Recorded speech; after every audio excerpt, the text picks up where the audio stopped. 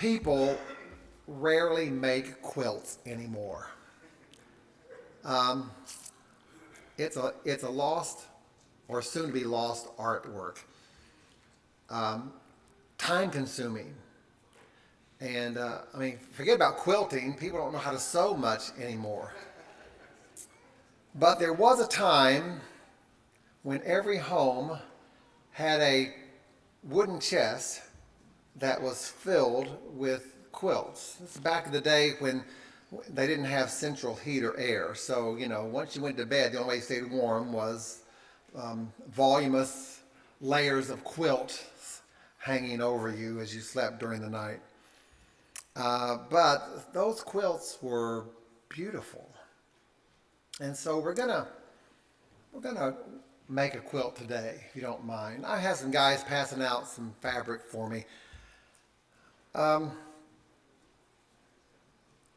Quilts served a lot of purposes, but two of them were that it was a great way to use scraps of fabric that would have been thrown away otherwise. So what you're getting is about a 3x3 square of fabric. Marcia, are you here? What can you do with a 3x3 square of fabric? Okay, all right. Yeah, Marcia's salivating with all these fabric squares being passed out here, okay? But back in the day when you would sew your own clothes, you would buy fabric to make dresses or pants or shirts, but there's always be leftover pieces of fabric. And, Depression era people, we just didn't throw anything away. And so they would take these fabric pieces that were basically useless, but they would pull them together and sew them together to make something, a tapestry of beauty and a quilt that served a real purpose. But the other reason that you would make quilts, and some other great value of them, is they would oftentimes tell the family history. Sometimes they would be in the form of stories told by quilt makers, and sometimes it would just be by the fabric that was in it. So we've got a pillow. Anna has a pillow that oftentimes sits on her bed. And Marcia made this. Did you make this pillow for Anna with my father's shirt? Yeah. So we had some polo shirts that my dad wore. And they had stretched out around the waistline. Not really sure why that was the case. But so after, you probably made these before he died, I think. But she made a pillow out of that shirt. And it's not a great pillow, okay? It's it's not overly stuffed, and it has its flaws, but it is a precious pillow because it's my dad's shirt, and Anna snuggles up with it, and there's a lot of family stories that go on about that pillow and the people that it tells a story about. So quilts will serve that purpose as well. The church is really a quilt. It's a tapestry. And it really fulfills both of those purposes that we talked about earlier. One thing it does is it finds a useful purpose for every person. And you may think of yourself as not being all that, You can't speak well. You can't teach a class. You're not really sure which way to pass communion, left or right.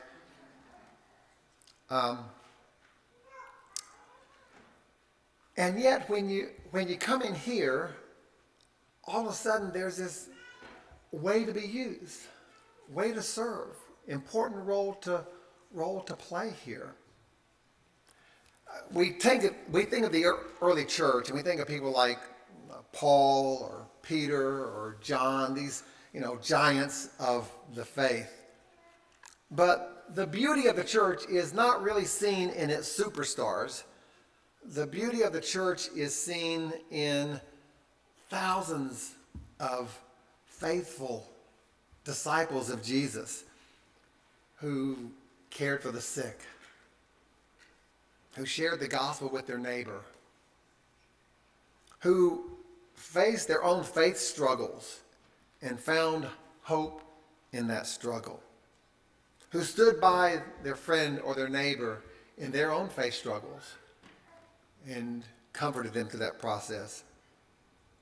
So we're studying the book of Romans, really the first 8 chapters of the book of Romans on Sunday mornings. If it's not your habit to be here for Bible study, we invite you to come at 9:30 and join us in the auditorium.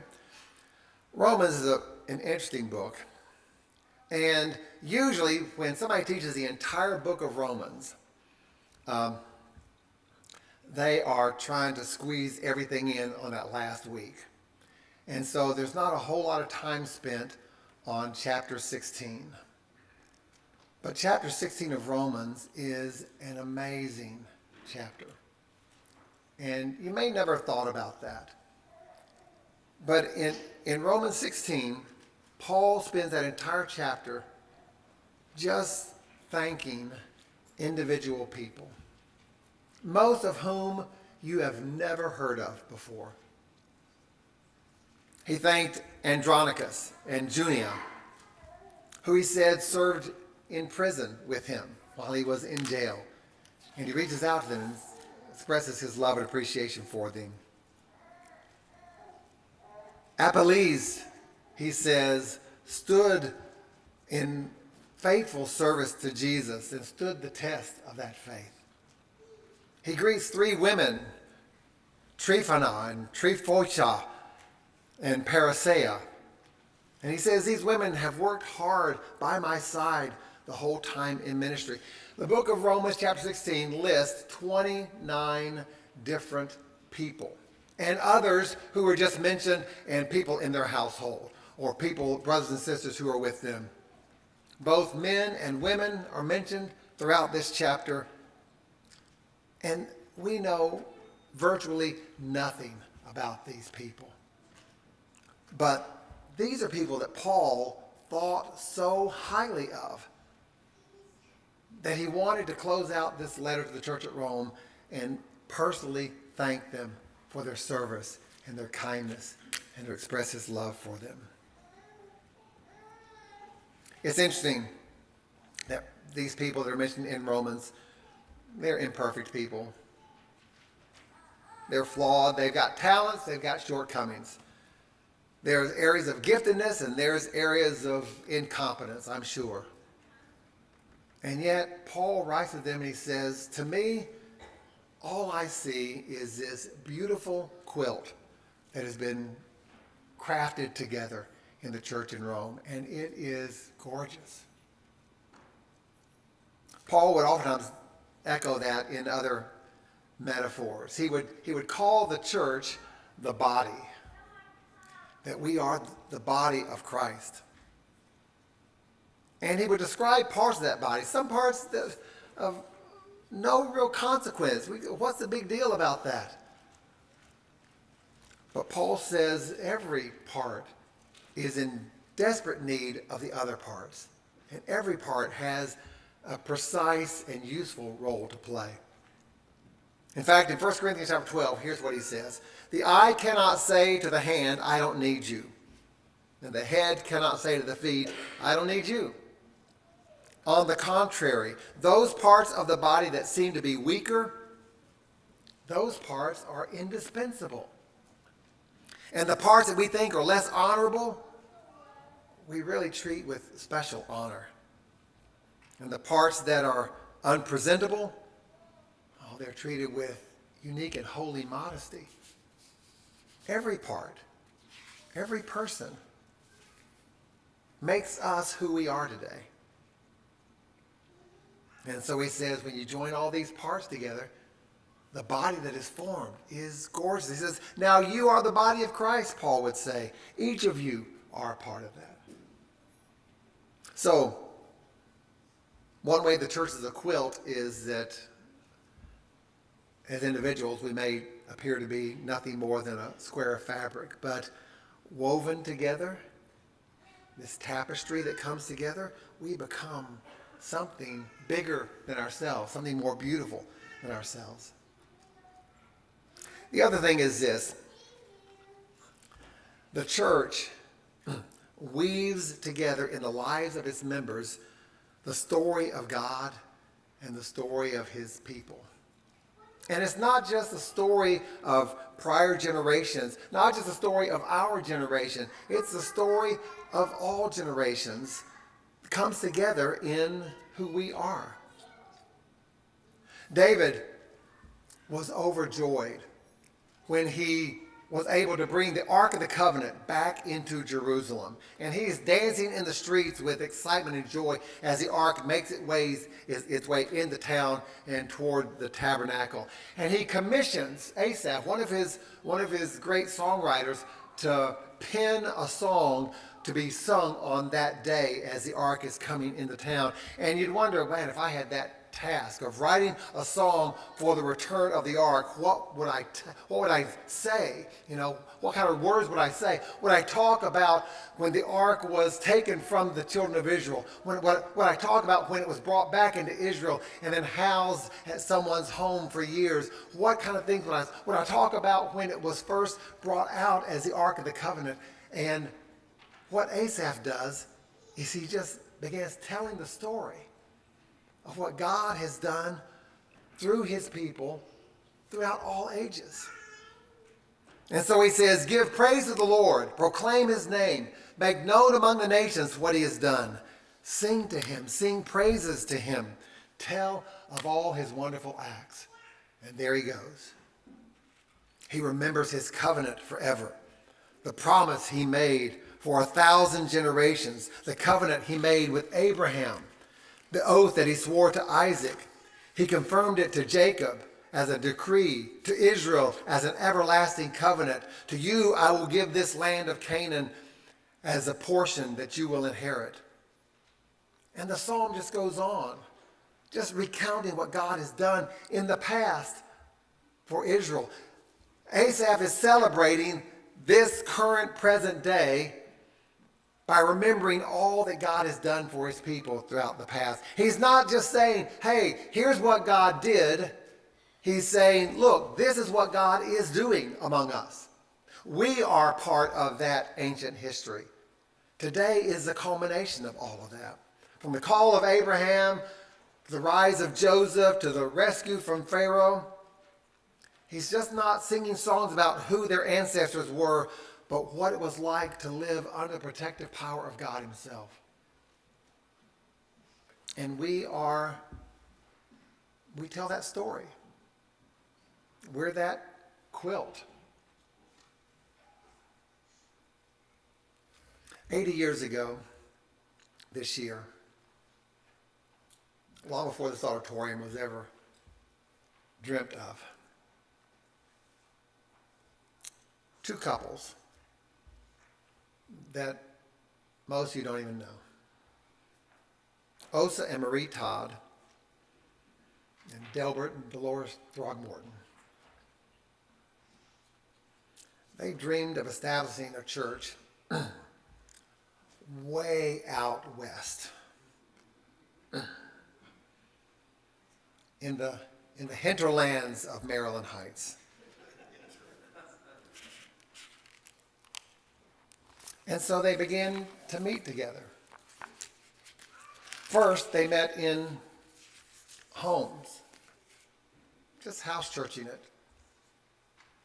Then they started renting the American Legion Hall and met there for a while until they found a piece of property up on Fifi Road near the top of the hill up here, and they built a basement.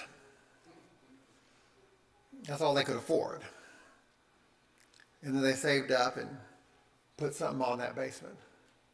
But I think, if I'm not mistaken, I'll be corrected, I think even as a basement, they met there in the basement. This was their church. It's kind of hidden, but it was their church. By the 1950s, they moved to this location, but not in this space right here. It was the lobby. That was the church building. And then by the mid-1960s, they began talking about what would it be like if they built even bigger place to meet and to worship. And that's where we are today.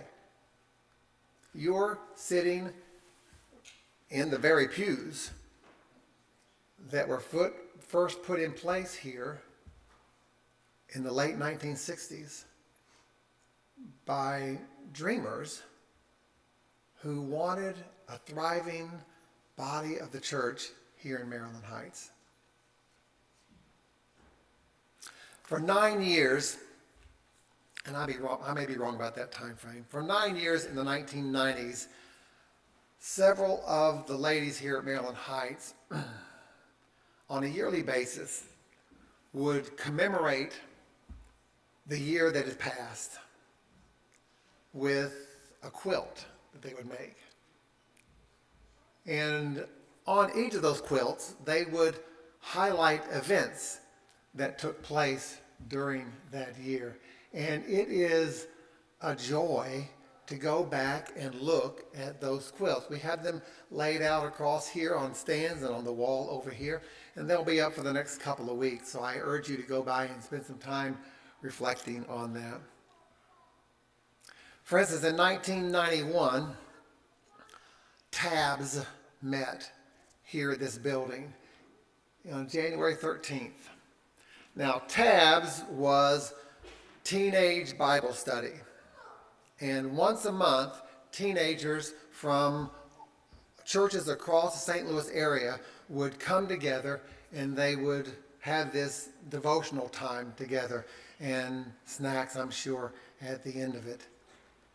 And I didn't get this information. What kind of numbers would we be having for teenage Bible study? What? A couple of hundred teenagers gathered together. It's kind of hard to imagine that now. A couple of hundred teenagers would come together once a month and meet in different churches. Well, in 1991, on January 13th, these pews were filled with teenagers from across they're not teenagers anymore.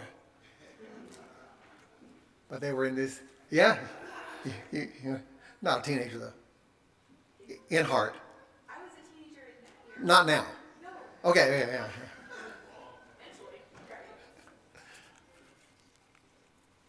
1997, and not just that year, but we celebrated Camp Creation. This was a summer program that happened, I think, on Tuesdays, and Carolyn Henley was very instrumental in putting all that together. And it was for our kids and also to reach out into the community and bring people in from the neighborhoods around us. And so they would meet here one day a week, and it'd be like a VBS, a one-day VBS that happened 5 weeks during the summer. And it was a big deal.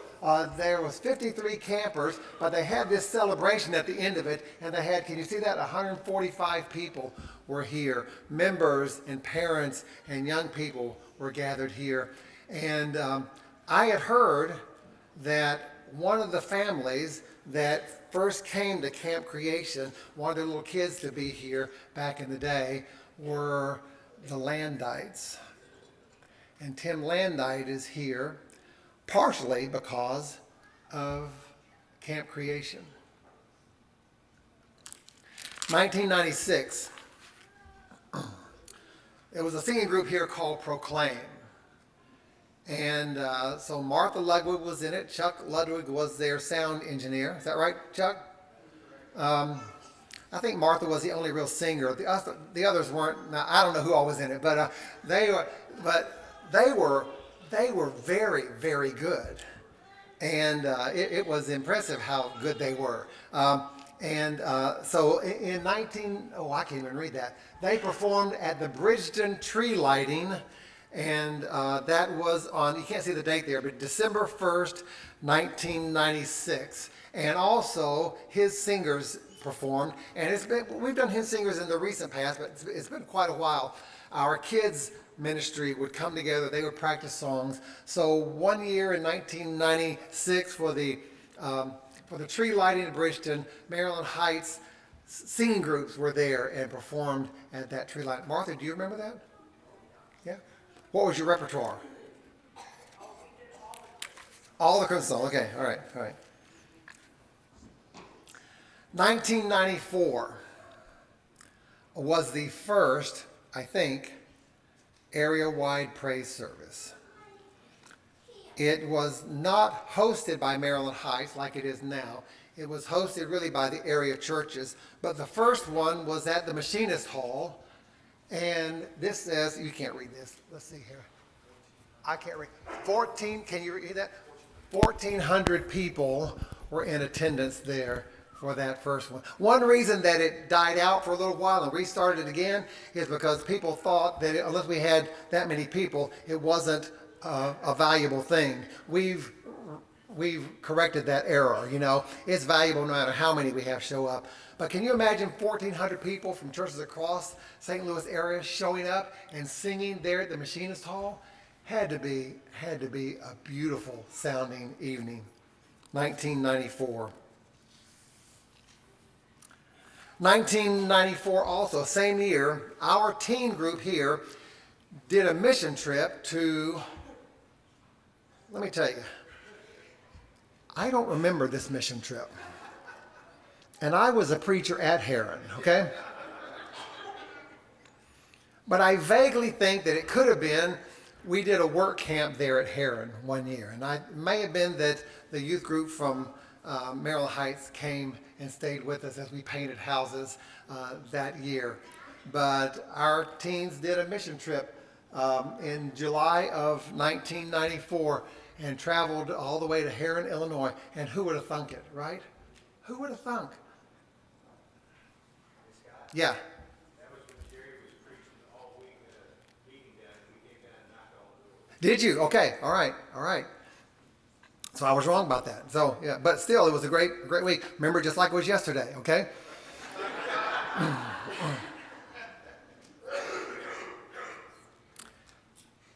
These quilts memorialize some important celebrations.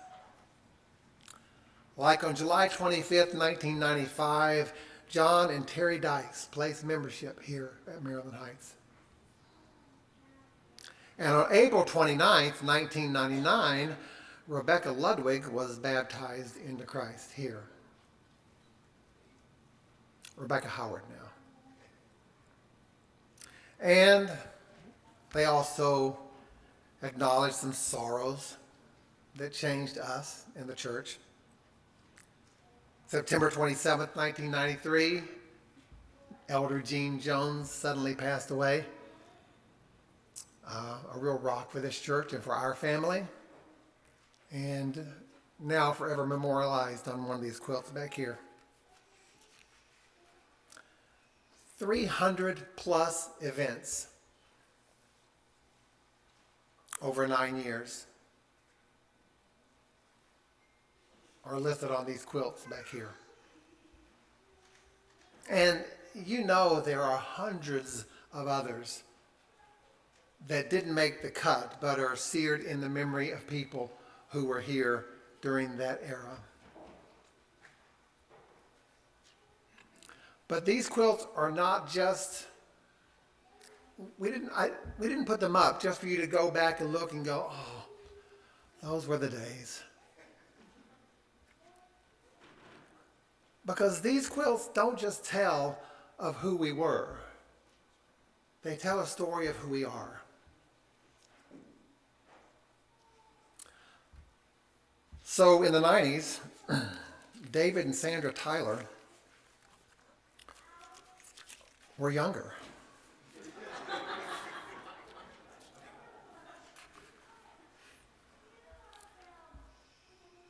And they were worshiping at Lafayette at the time. And then in the interim, moved to Nashville and worshiped there. Did you have your kids in 95? One of your two girls, right?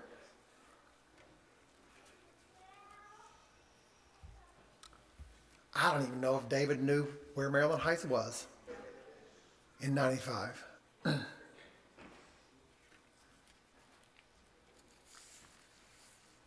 Pat and Stephanie O'Keefe were in the area, but not here at Maryland Heights then, over at Overland. Overland was instrumental in help plant this church here as well, because Overland's way over there, and over there. Thank you. Get my compass going. They weren't here. None of these events they knew. Kathy and Woody, I didn't get a chance to talk to you. Where are you guys? Where were you in 95? At McKnight.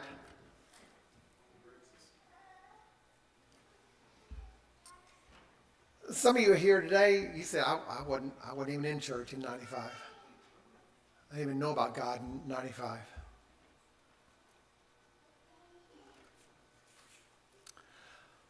Lindsay was 7 years old in 1995.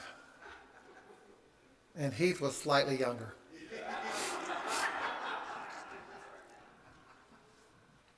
Living in Texas.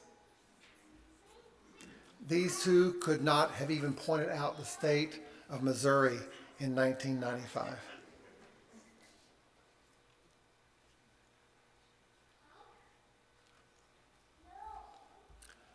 But I want you all to know that these quilts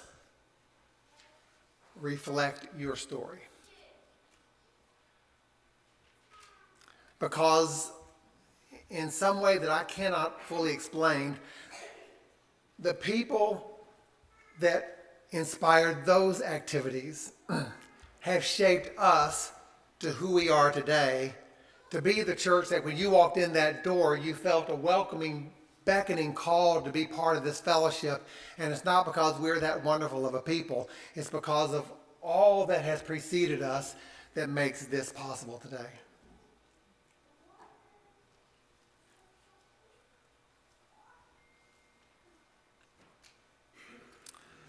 So you have your square here. Let me find mine again. Oh, I've lost it now.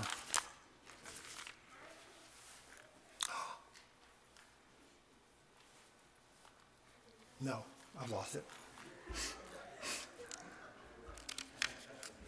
Thank you. Now you don't have one, do you? Okay, good. I wanted red. Do you have red? No. Okay.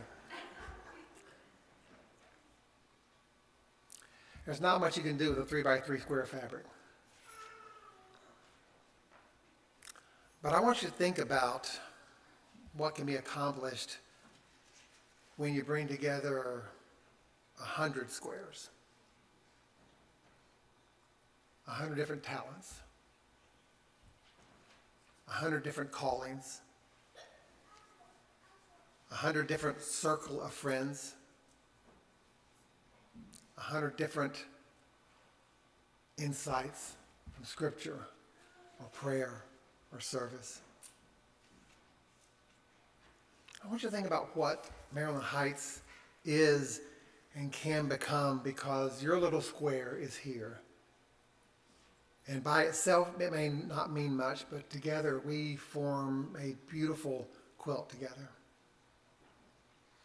And then I also want to think about one other thing before we close, and that is this.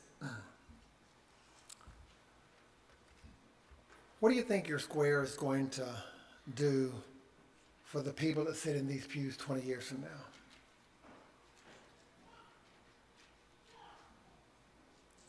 I mean, it's 30 years since these quilts were put together. Some people out here still remember they made the quilts. They remember the events.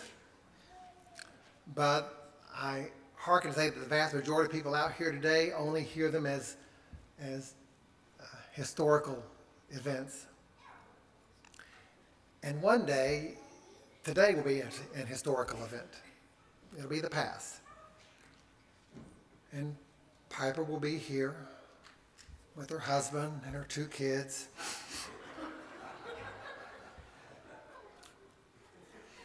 And they'll be teenagers, and she'll be like going, I do not know what I do. What have I done to deserve this, you know?